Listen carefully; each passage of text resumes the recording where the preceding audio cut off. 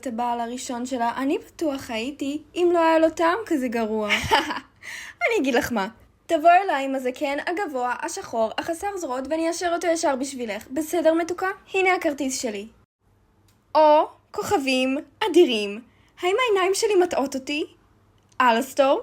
אלסטור, איפה היית?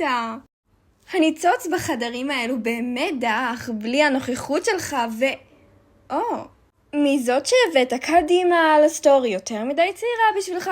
סתם, על מי אני צוחקת? אני יודעת שאתה לא בקטע. מה אמרת? אבל איפה הנימוסים שלך, אדוני? תכיר בינינו. נכון. צ'ארלי? זו רוזי. היא האדונית העליונה הכי מקסימה והכי חזקה בצד הזה של הפנטגרם. תמיד כזה מקסים.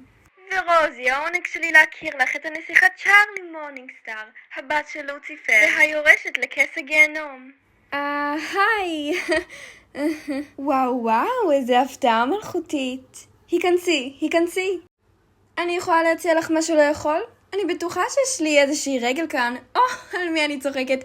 דבר קטן כמוך, בטח שומרת על הגזרה שלך.